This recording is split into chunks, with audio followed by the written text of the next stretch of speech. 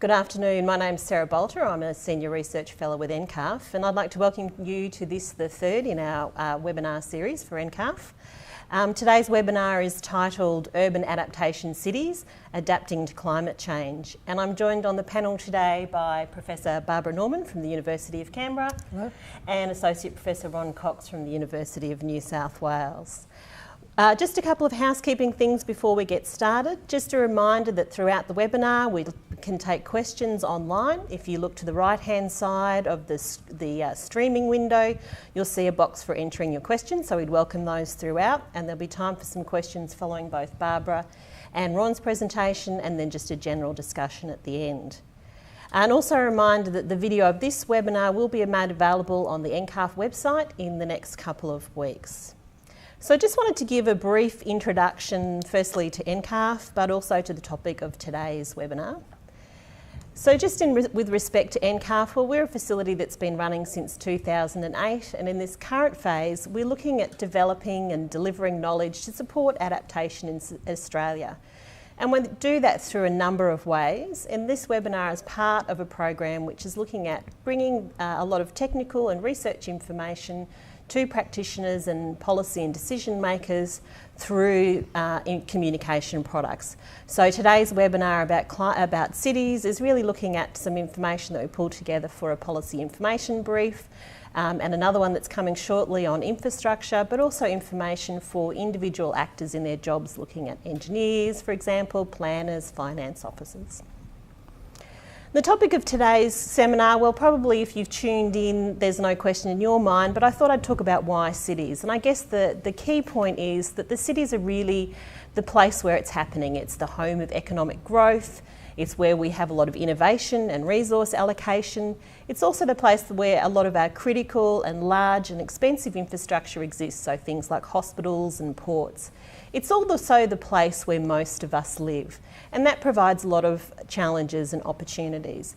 It's also the place where a large proportion of our greenhouse gas emissions come from. It's important to know that even though cities have a lot of these resources, it means that they also potentially are vulnerable. Around the world, some 90% of our cities are in coastal regions, and that gives unique and difficult challenges, particularly when we're thinking about climate change. So those cities are vulnerable to sea level rise. Thinking about just Australia, there was a study in 2008 which suggested that as much as $226 billion worth of our both public and private assets would be exposed to sea level rise if it reaches 1.1 metres. And we're talking about an increase in natural disasters, the cost of natural disasters. This estimate was made by the World Bank of as much as $314 billion a year in the cost of natural disasters by the year 2030. So not only are the impacts of climate change and natural disasters devastating physically for cities, but they can also have devastating financial impacts. But it's also important to note, I guess, on the other side of the coin, that cities are part of the response, and so they're an opportunities for building resilience, for reducing emissions, for greater innovation. And today's webinar is really focusing on some of those challenges and some of those opportunities in thinking about our cities and our urban areas. I'd like to introduce our first speaker, Professor Barbara Norman. She'll be focusing on cities. She's the Foundation Chair of Urban and Regional Planning and Director of the Canberra Urban and Regional Futures, the KERF Centre at the University of Canberra. She's also the Chair of the ACT Climate Change Council and a Visiting Research Fellow at the ANU Climate Institute. Thanks, Barbara. Thanks, Sarah. So it's my pleasure to really, I guess, start slightly bigger picture around cities and climate change and then drill down to some of the critical issues. And what I think we're really talking about is not only being climate ready, but also ensuring that our cities are livable in the future as well. It's a challenge to achieve both, but I think that there's plenty of opportunities to do that if we find the right pathways. So next slide. So really, in essence, it's about transforming our cities. And we've seen some of this in some of our large cities around the world. Some of our greatest sources of emissions from transport, from cars, from our car-based cities, And so you've seen progressively around the globe cities embracing mass public transit, light rail, and better connected systems. And that's a very good example of where that's happened. Or alternatively in the past, and that just went rather quickly, transforming cities. This is a photo in Seoul, in the city of Seoul, where a freeway is being taken out as a transformational project in itself and turned into a park and a waterway for people to enjoy. This is now the #1 tourist destination in Korea, not just in Seoul. And so it also is an example of an enormous economic success coming from a project that was really addressing a significant issue within that city of heavy car, truck transport coming through the heart of the town. So it's a very successful project.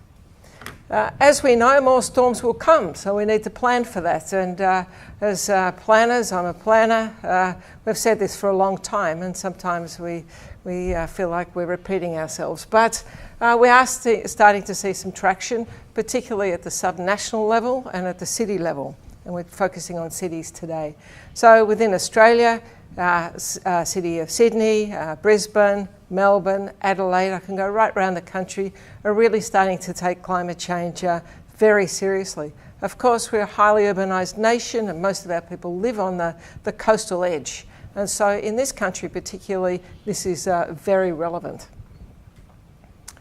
Another very significant factor when it comes to planning for climate change and adapting our cities for climate change is heat. Heat not only affects biodiversity, but also affects and our landscape, but affects us as human beings. We can only get so hot before we die. And that's come through in the statistics where we've had prolonged heat waves, and just really in the last 5 years. And the hospitals have recorded significant peaks during those times of patients coming in, admissions. So localised action, precinct planning, integrated precinct planning, focusing on biodiversity and landscape and cooling those environments is critical for our future.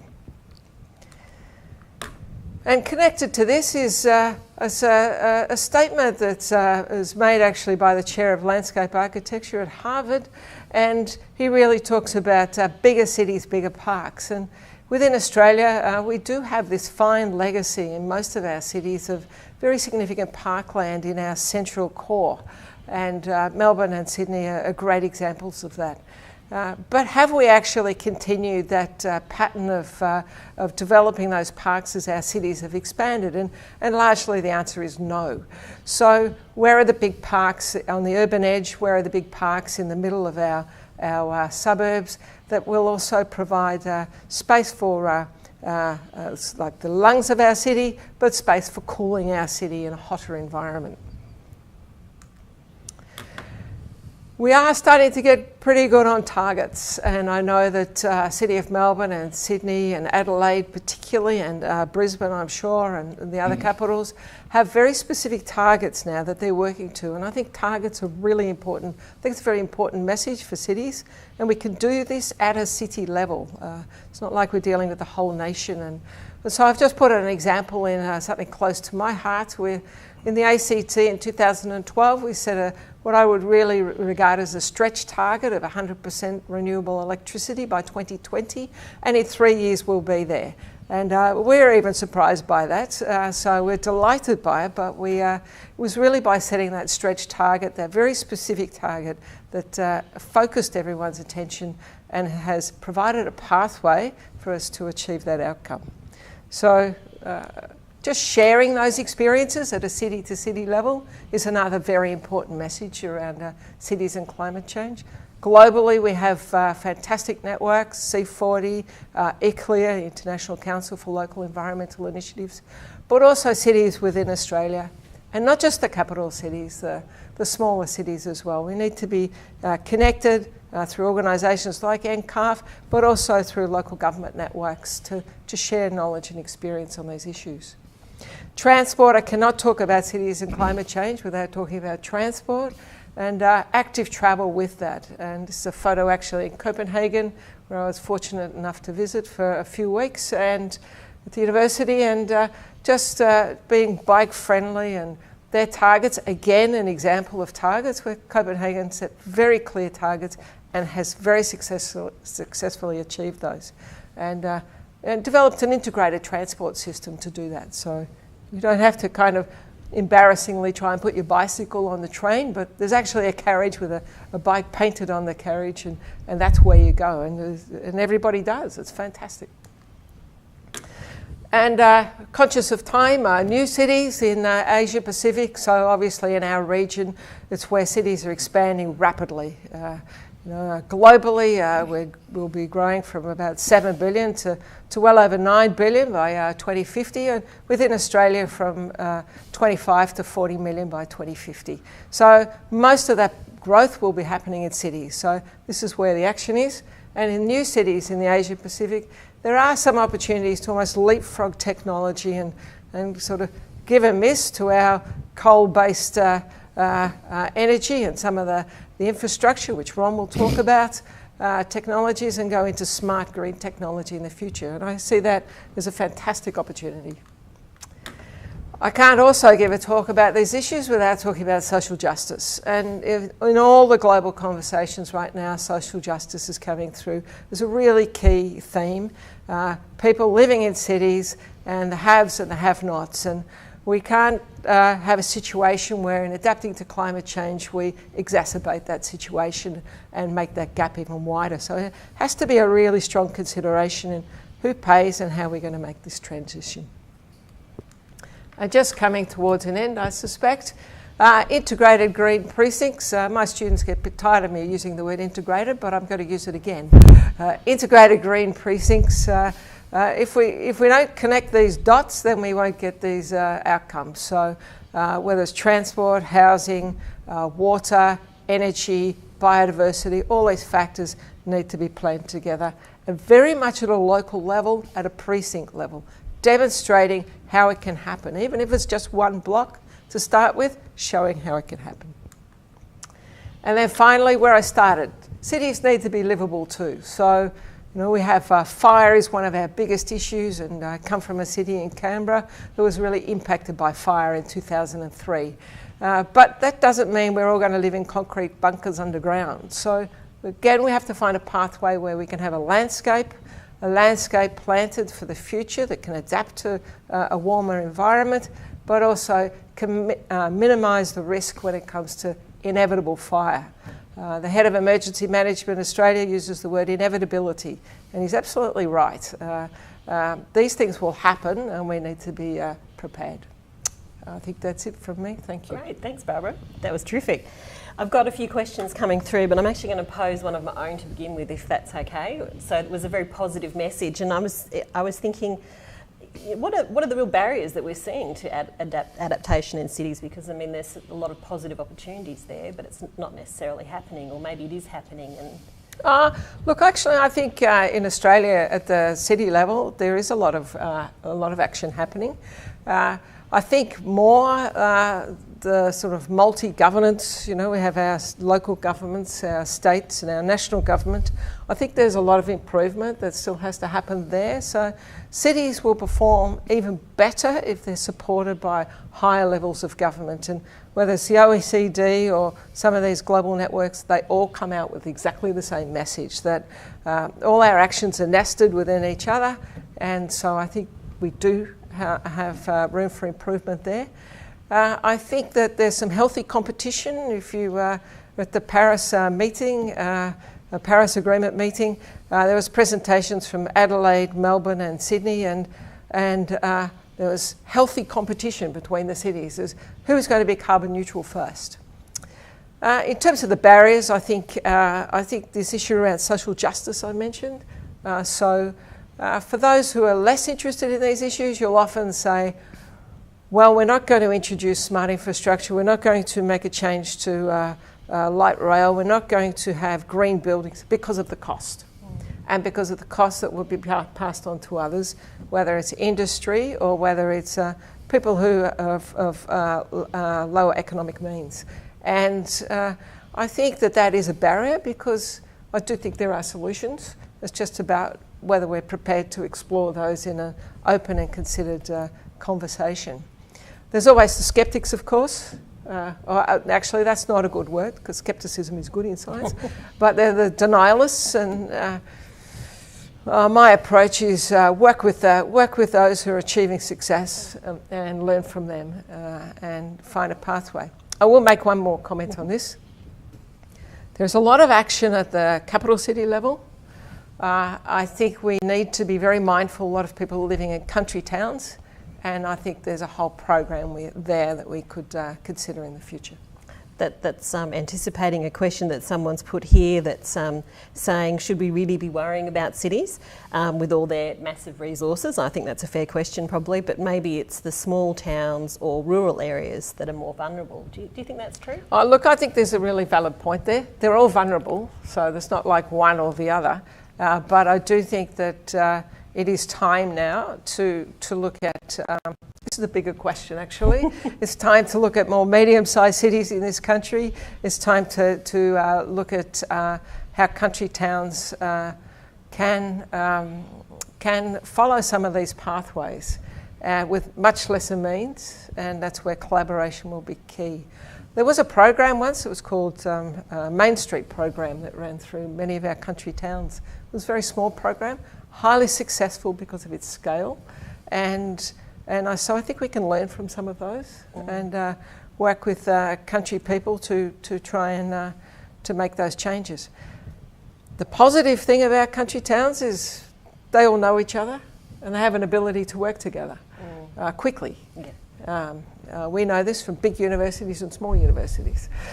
So I think that connectivity, I guess is the word, I think that could be an advantage. So again, I think there's huge opportunities there and we should be exploring them.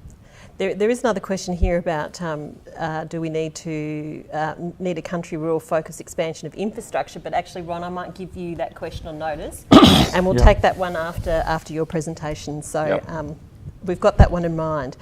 So there's another question here about opportunities to develop climate-ready grassroots or neighbourhood street community adaptive behaviour plans of action. Sure. Well, that's already starting to happen elsewhere. New York City has neighbourhood resilience plans. There's a model that's working there after their fair share of disasters. So I think that that's possible. Actually, I think it's the way to go. I think I've really have been indicating that we can have these big global conversations and agreements. We can have national strategies. But at the end of the day, if you want to make it relevant to people, then the neighbourhood is where the heart is. How my neighbourhood works, where my children go to school, where I go to shop. And if we can get people involved in their neighbourhood, their suburb, their precinct, then we can, I think, make huge changes, not only in terms of the technical changes, but also a deeper understanding about some of the consequences of the actions that are occurring right now. So I think, and we can also trial things at a localised scale that, we could take a risk and might work, might not work, but we can learn from that. And then sort of we're practicing what we preach in terms of adaptation, adaptive behaviour, or that adaptive cycle. Learning by doing is a phrase that people use. Can you give any examples of specific councils in Australia that are excelling at preparing their cities well? Or maybe not councils, but cities that are preparing well?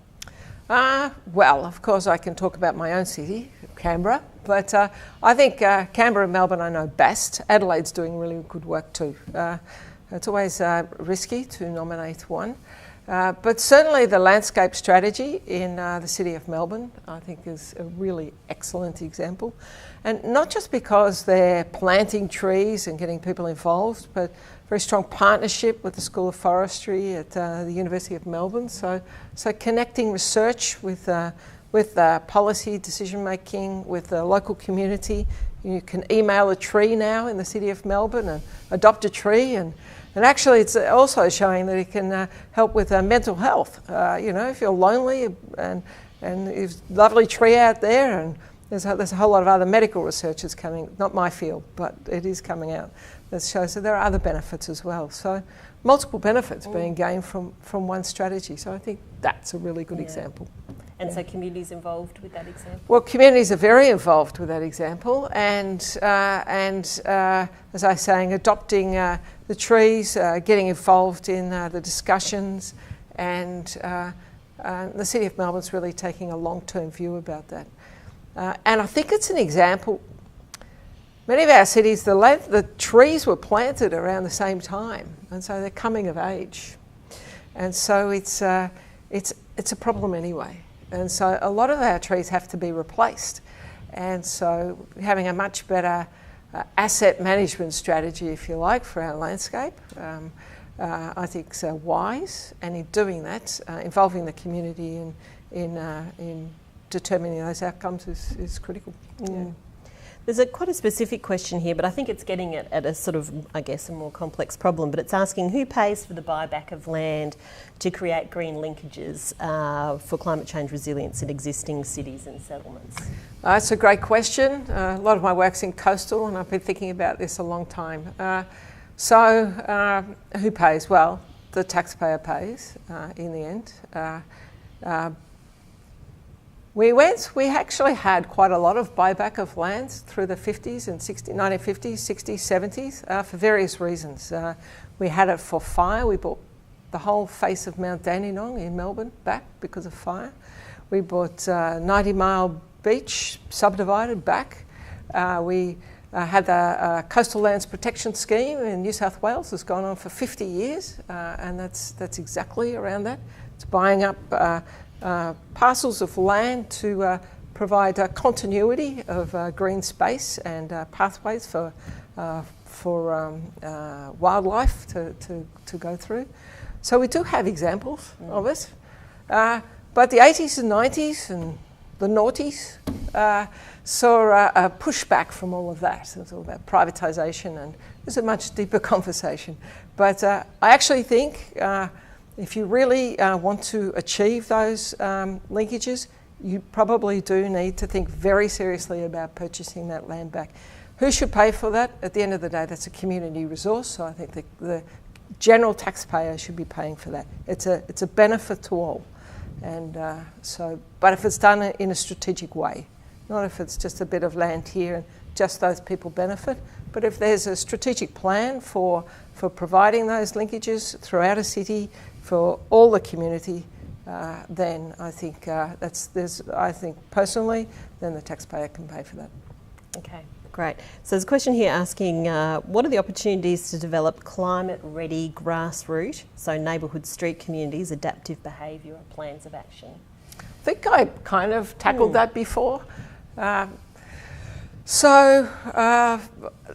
just been reading about there's a whole regional approach to Stockholm that's happening at the moment. It's a bit like a regional approach to cities and regions happening in Canberra as well.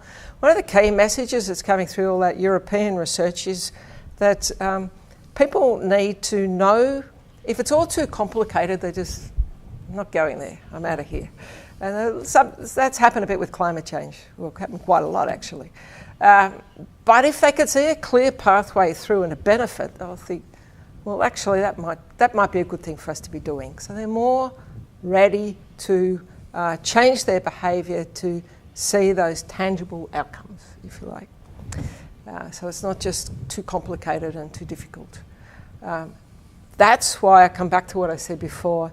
If you can get the community involved at the very local level, and they could see immediate benefits to their community, to their children, to their local preschool, to their facilities, shade at their local village where they can sit out and talk and have coffee, but it's changed and improved environment, then I think that's behaviour will change with that. If it's easy to cycle, people will cycle. If it's difficult to cycle, people will not cycle.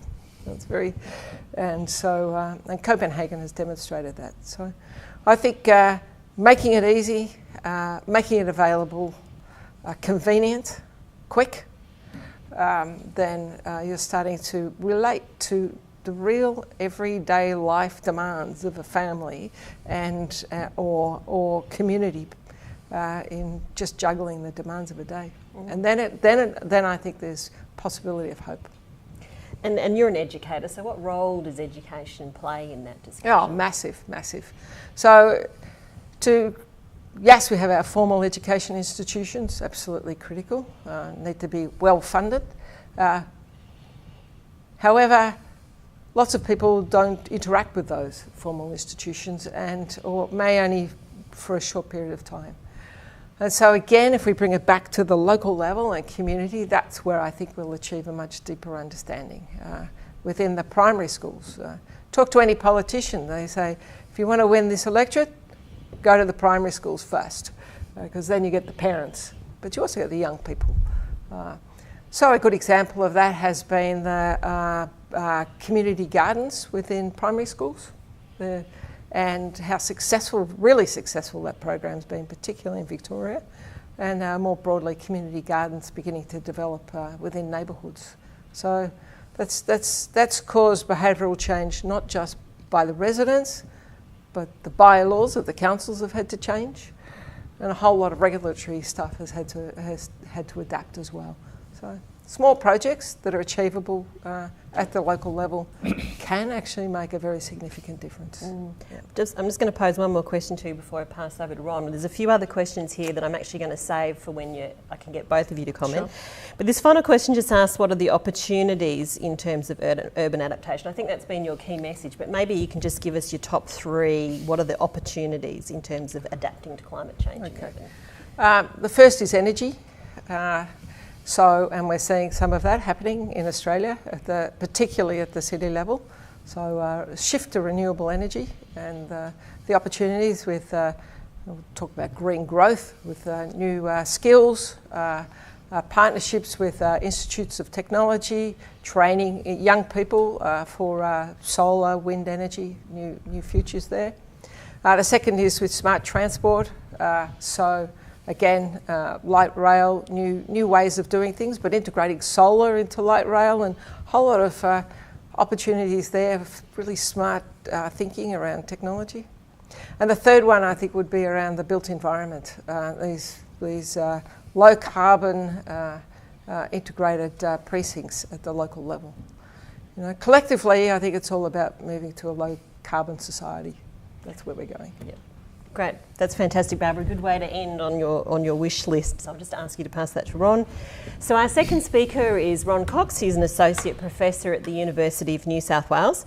He's had extensive experience in coastal, ocean and port engineering, water supply and wastewater climate impacts, and environmental impact and risk assessment in all of these areas. He's worked with both industry and government within Australia and as well as overseas, and he currently leads the Australian Climate Change Adaptation Research Network, ACANSI, for settlement and infrastructure. Thanks, Ron. Okay, thank you, Sarah. What I'd like to talk about now is to follow on from Barbara's presentation and talk about the urban infrastructure, primarily for big cities or regional cities. It's equally appropriate. I'm going to look at, if you like, concerns, issues, information and needs, not necessarily in that order, but generally across the presentation. So most of us are aware from what we read in the papers or hear on the news that we have a range of infrastructure at risk, which is also going to be at risk due to increased temperatures, and all those increases in risk with climate change will affect service delivery. So as customers or the general population, our concern is not that the electricity and the lights turn on or that we turn the tap on and we get water, it's when it doesn't happen. So, and the energy, water, transport and communication providers, the key infrastructure service delivery people, their biggest concern is not how much it costs to operate normally, it's the cost to deliver the service during the extreme events. And most of the regulations requiring their service delivery contracts and obligations to the community are all about service delivery at the extremes. Energy, we're all familiar with the recent arguments, all the discussions, the role that AEMO has the fact that we don't have enough gas, we sell it all overseas, but we don't have enough to run our own power stations because we've actually entered into agreements within the marketplace that are absolutely ridiculous. So we're virtually challenging ourselves with this belief in the marketplace. It's within our culture, but it's actually starting to fail us. So the energy market is important. It also provides fuel to us. The interesting thing is that within Australia, we also made a strategic decision several years ago to actually start to downgrade the ability within the country to refine our own oil.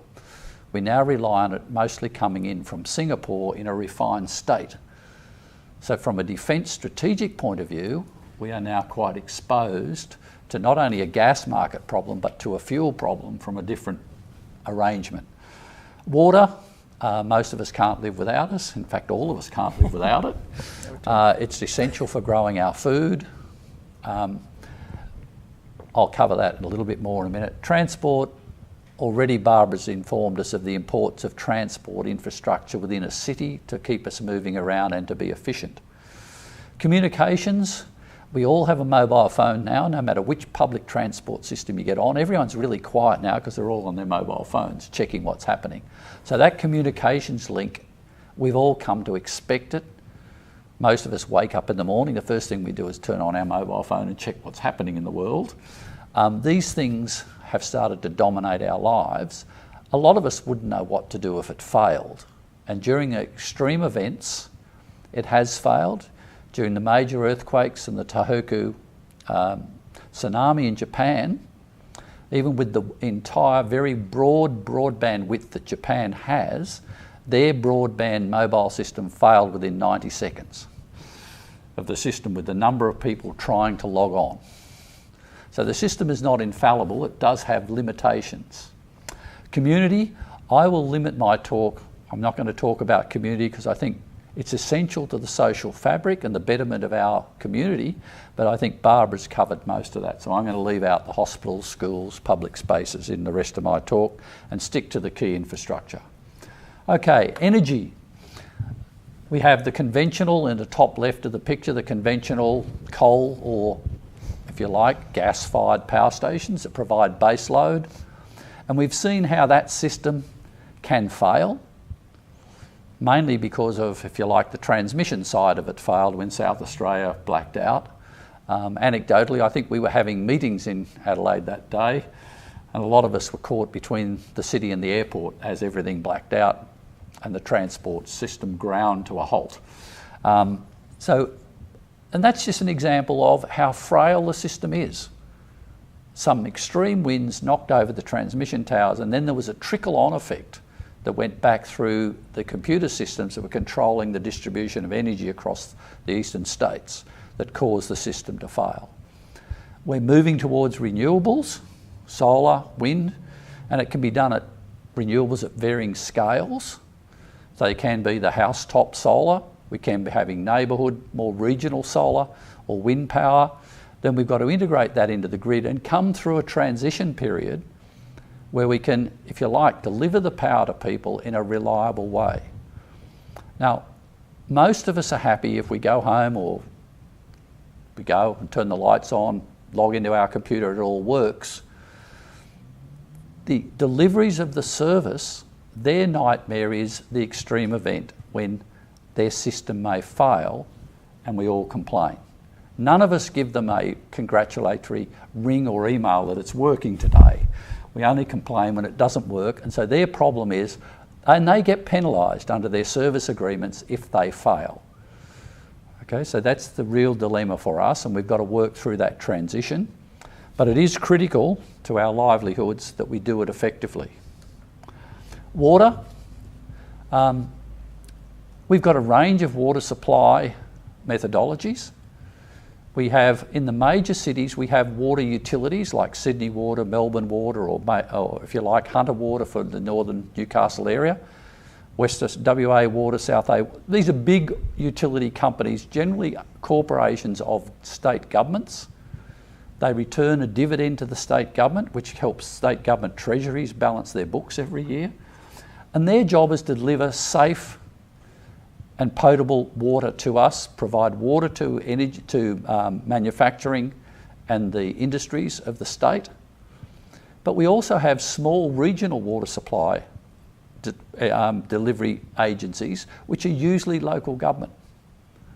So if you go to Dubbo or if you go to Parkes, they have their own, the local government area is responsible for the water supply, but they rely on technical knowledge from the state. So there's a lot of interaction between local government and state once you get out of the big cities. And this is something Barbara talked about as the importance of perhaps how do we perhaps take what we've learned in the big cities out to the regional cities. So we've got a range. We've got dams supplying a lot of our water under gravity, which is a quite efficient system if you've got the geography to actually build dams, store that water. Most of that was done in the 30s to 50s. We haven't built many more dams since. We have new desal plants. Desalination plants are, if you like, climate immune. Doesn't matter what the climate does, you can always get desalination potable water from the sea, but you are burning coal at the moment to get water. So it's not a very good solution in terms of efficiency and climate and carbon reduction. Just to give you an idea, this is Sydney Water's, it looks very complicated. Don't worry about the detail. It's just to show you over 22,000 kilometres of pipes, and these are big pipes up to 3 metre diameter, 240 reservoirs, 150 pumping stations. And it's all just the potable drinking water. The wastewater system is of comparable size to collect all our waste and take it and treat it and dispose of it. The diagram is useful because all those little bits of it are all connected by computers and electronically computer control through the comms network. So you're starting to get the picture. Even though it's complicated, the energy sector is complicated, the water sector is complicated, the transport sector is complicated. So we've got trains, we've got airports, we've got roads, and as we found out when we lost the energy in Adelaide, all the traffic lights go out. And suddenly your transport system grinds to a halt. If you've got no electricity, your trains don't run. And you can't take aircraft off at your airports because you don't have enough energy to actually manage all the systems you have in place. Ports generally can do without energy. They generally have their own generators, but they are equally prone to extreme weather, and in which they will stop or cease their operations. Okay, here's the comms network. Again, the simple diagram in the top left is a structural level going from cables down to cellular towers, down to us with our own individual mobile phones. The picture in the bottom right shows the complexity of how our mobile phone network is hooked into the rest of the world. We all think that the mobile system is happening up in the atmosphere. The bulk of the broadband is in cables still buried within the ground or under the sea connecting us to the rest of the world. And it's extremely vulnerable to someone with a digger digging up the wrong cable or digging in the wrong place. So and the whole, if you like, we've gone from energy to water to transport, and every one of them individually is complicated, and they are all interconnected. If you like, Sydney Water system won't run without energy, Sydney Water system won't run without the communication hooking together all the different. Someone sits at a computer and says, I want to open that pump or turn that valve on, and it's all connected. So if you lose a bit, it all happens. How is it going to be impacted? We'll have gradual change in sea level rise with increased average temperatures, seasonal and annual rainfalls changing. The one that worries all the providers of major infrastructure services are the extreme events. And we're looking at an increased intensity of rainfall, increased intensity of storminess, which will all affect the possibility of the system or one part of the system failing, and then it'll trickle on to the rest. So that's our real concern. We also have the fact that most of the key infrastructure is susceptible to combined events. And this happened in the ACT, where after an extended period drought, they had the major bushfires. And then of course what happens is then when it did rain, all the catchments that supply water to the dams were filled up with ash and sediment because there was no vegetation holding it in place during the rainfall. So suddenly you had a major water supply problem that came through a series of events from the climate. Again, infrastructure around our coastlines, sea level rise, big storms, storm surge from high waves, all elevate water levels and cause loss at our shorelines. The sectoral interactions have been recognised. We've recently done some surveys with the infrastructure sector, and this is, if you like, the service providers and the government agencies that manage them. And this is a listing of what sorts of extreme events or climate events worry their business. So it's all presented in the terms of their infrastructure business, their service delivery. And you'll see that storms are still the highest, and then you've got floods and bushfires, but all of them are up above the 50%, other than the last one, which is an ice, which we don't have too much of. Okay, this is just a picture I put up. This is going back to the 74 storms in Sydney. The reason I put it up is most of us are unaware where the infrastructure is. We just take it for granted. This is the erosion of Freshwater Beach in Sydney, and it shows the fact that out on the beach, underneath the sand, are sewer lines, because it's a nice, easy place to put them. And once they break, then Sydney Water has a major problem repairing them. There are equally other places where you would not expect to find gas, electricity, or other services, but they are often in strange places, and most of us don't know. This is, if you like, an interconnected diagram, which was done for the water, energy, transport, and communication sectors in Sydney as part of the Sydney Action Strategic Plan for Climate Change. And it said, what happens if we have a heat wave in Sydney for an extended period of time? And of course, each individual business thought, we're on top of this, we can manage it. But once they looked at the interconnectedness, they realised they all were going to fail. So it's just a complication of how complex the systems are. Recent survey we've done, 80% of the businesses recognise the future impacts of climate. They're aware of what they will be, but surprising, only 40% are actively managing their future climate risk. 50% they're considering it, what they should be doing. 10% are doing nothing, and of that 50% who are considering what to do, 20% of them have a plan to have a plan, which is not a very good outcome, but at least, well, they're thinking about it. Okay, why does it matter?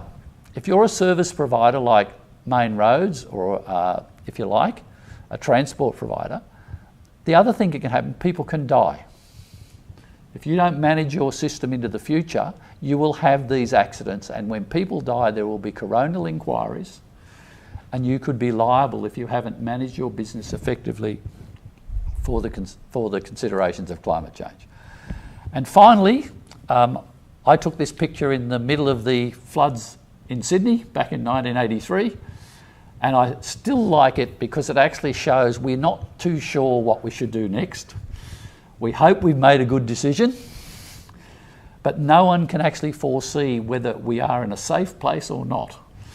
And I would argue that at the moment, in terms of the infrastructure sector for climate change, we're not in a good place, and we need to do a lot better.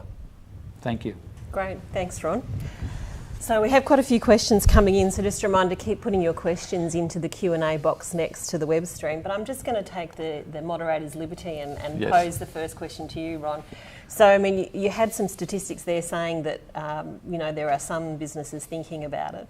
And infrastructure, I mean, it's an expensive investment, and we make decisions for long term and thinking about risks. So why is it that infrastructure is not necessarily adapting particularly well to climate change? What are the barriers? Most of the barriers are internal governance, and there's a very good example of that. When we did the survey and interviews for the status of infrastructure within Sydney for the Sydney Action Plan, New South Wales and Sydney Rail this was only 5 years ago, were fairly well, and they accepted it, they were described as being in the dark ages. They had no real planning. They were not considering climate change in any of their procurement practices.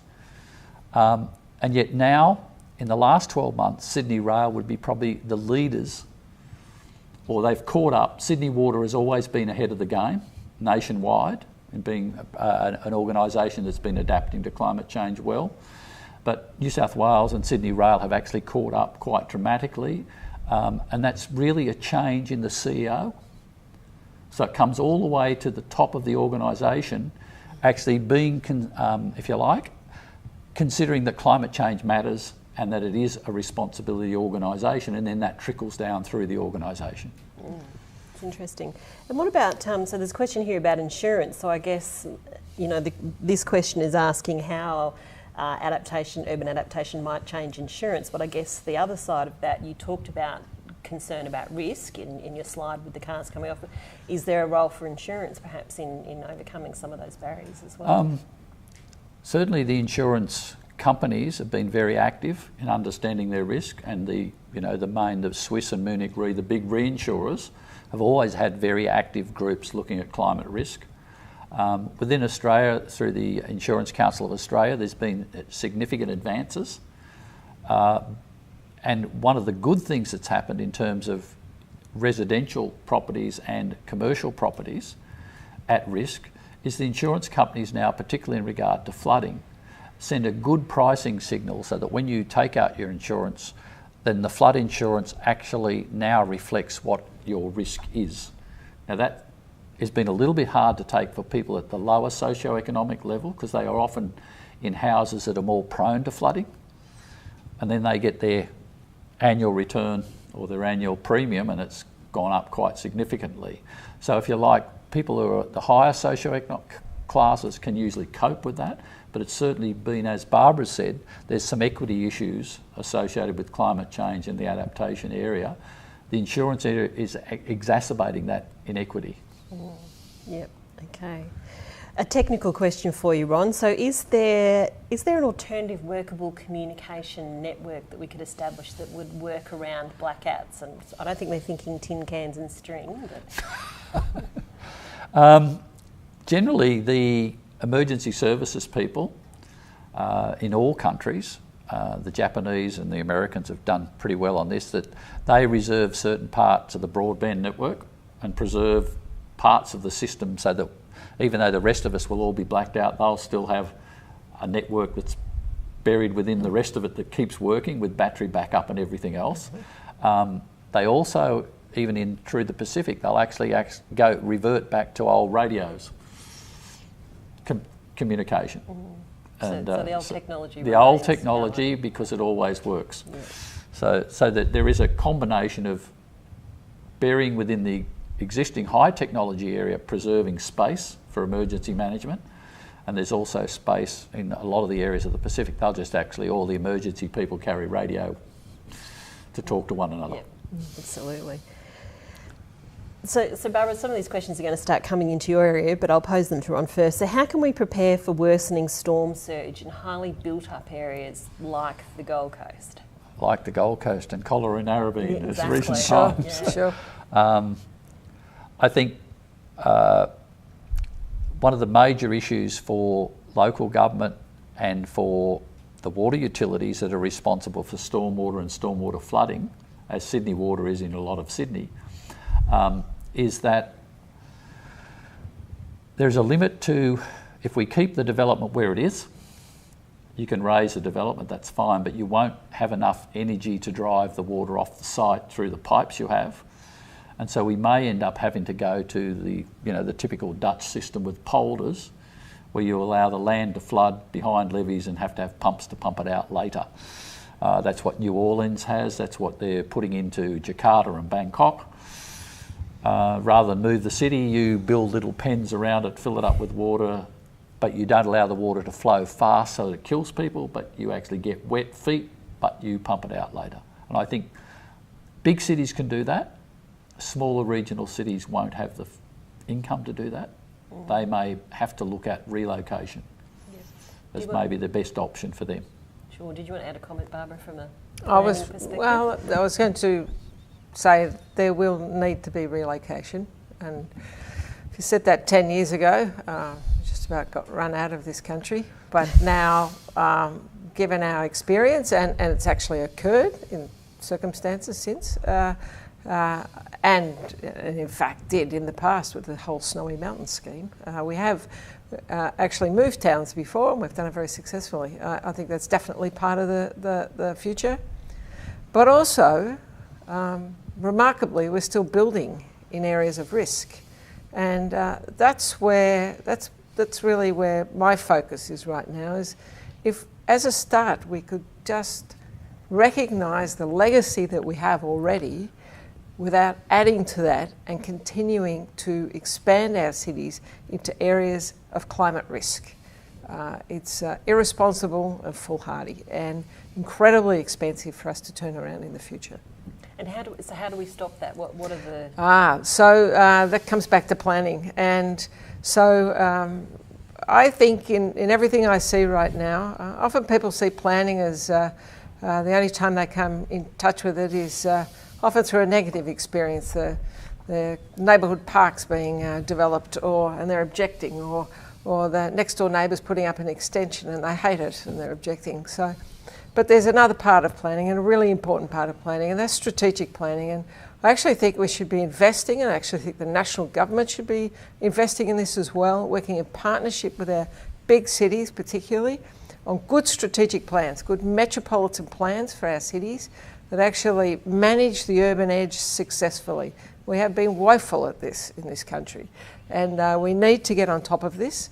Otherwise, the areas at risk will only get bigger and bigger as our cities grow. So a very considered, focused program, nationally funded, working in partnership with cities on metropolitan planning, good strategic plans, I think is absolutely required now. Great. I'd agree. Great. So I've got agreement from the panel, that's good. Ron, here's a question for you, which is asking about water infrastructure or stormwater infrastructure in coastal areas. And the question is, are we making advances or changing what we're doing in terms of stormwater infrastructure to cope with coincident flooding and sea level rise? Some areas are. For general yearly to 5-yearly type rainfall situations, which will still become more intense, most communities, local government and state governments have embraced water-sensitive urban design, which means we actually develop parklands and ponds, store water to minimise the effect of development and reduce the runoff onto roads, which is good for environmental pollution control as well as reducing flood levels and inundation of roads. But when we get the extreme events, the 50 to 100 year average recurrence interval events, that water-sensitive urban design it's limited to about a 5-year type event. So for big extreme events which affect most of us in terms of disruption of major service infrastructure, we really aren't doing very well, and we are going to have to upgrade that major infrastructure. There's really been negligible upgrade of Sydney Water's main water and sewage system since it was put in the 20s and 30s. So we're all living on our grandparents' or great-grandfathers' generosity in terms of the infrastructure we have. I think it's a lesson for us. We should be trying to lift our game to leave it in a good state for our future generations. And we're not doing it very well. Can I just ask Ron? Yeah, sure. Do you think there's a possibility, going back to comments before, that we could trial some more innovation in some of our country towns? Some more localised distribution systems? Well, it's a good thing, because one of the things is that our infrastructure people made a recommendation that they would like to see as a simple step. ISCA has, which is a semi-government, non-government organisation, developed a series of sustainability rating tools that have now been embraced by government and industry. And the stakeholders, both from the construction industry and the major infrastructure providers, would like to see those guidelines incorporated into government tenders for infrastructure. So if you don't follow the ISCA sustainability guideline, which clearly include climate change, you shouldn't be able to tender. Now what that means is you will get better development you get more points for doing better rather than just delivering the status quo. Sure. And one of the early projects that in the development of the ISCA rating tool was the New South Wales Public Works Department used it, and it demonstrated on a new sewage plant for Orange, which is a regional country town, the value of using this approach compared to the conventional approach. And it virtually saved them about 15% and gave them a better product. So the industry is willing to do it, but they're battling to get, if you like, state government procurement agencies to actually force it into the tender process. But I think it will come.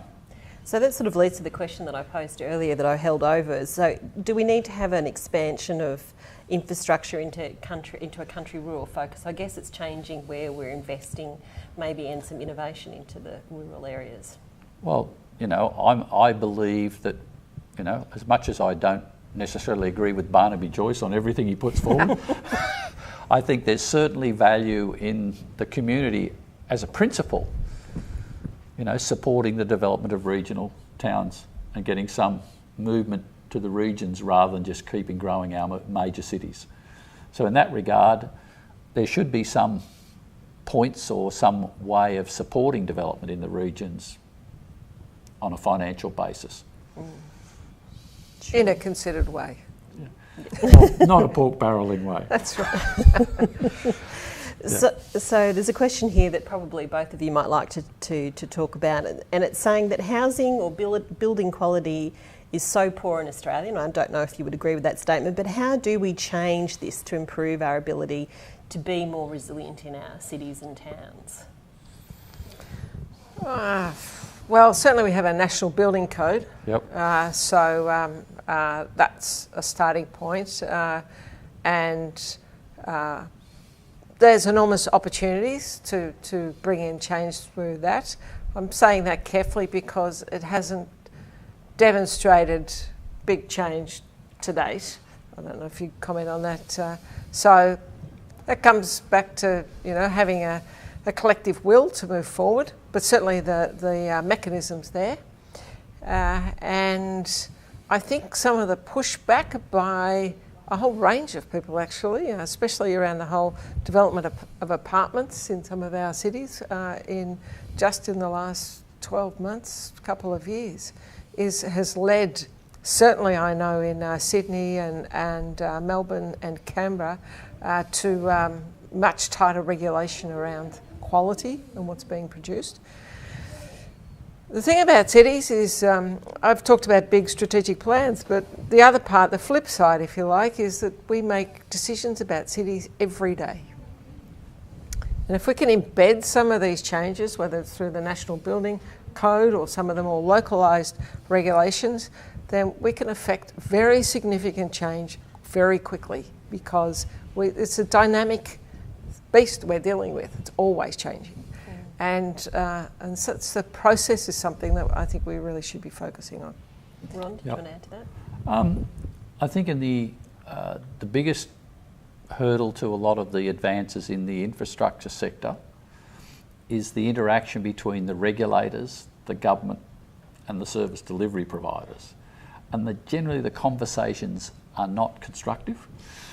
And so there's a real dilemma between what the Sydney Water or the electricity energy generators want to deliver and what the government wants and what the regulator in between sets as the rules. And so there's certainly significant advances that can be made there, and we're seeing that with the present energy crisis going on with AEMO finally trying to change its ways. But the same thing happens with water and with comms and with transport. Great.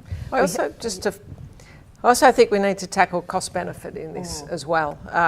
This notion that quality is more expensive, more environmentally sensitive development is more expensive, and so there's just the narrowness of cost benefit. The dealing with Treasury officials is, I think, still a very significant barrier for change. And so I see exhausted public servants from the planning and environment departments battling away day after day trying to get these arguments through. So I think we almost need a national review of that. Or someone said to me the other day, quite an informed person said, we should just throw it out and we should say, that's the vision we want to get to, that's the outcome we want to get to, how are we going to achieve it? It's a very different way of framing a conversation. Last question for you both, because we're just about to run out of time, but someone's asked, what are the avenues for remote communities to, I guess, learn and share experiences or actions with cities? So how do we get some of that communication happening across those different areas? I think some of the initiatives where I know NCCARF's done some work with some of the local government areas of the Indigenous communities.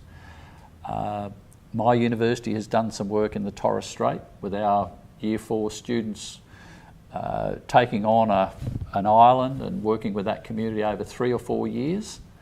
So the students take on a project to help them with sustainability, adaptation for climate change, and the students go to the island and work with the local people and then transfer their knowledge.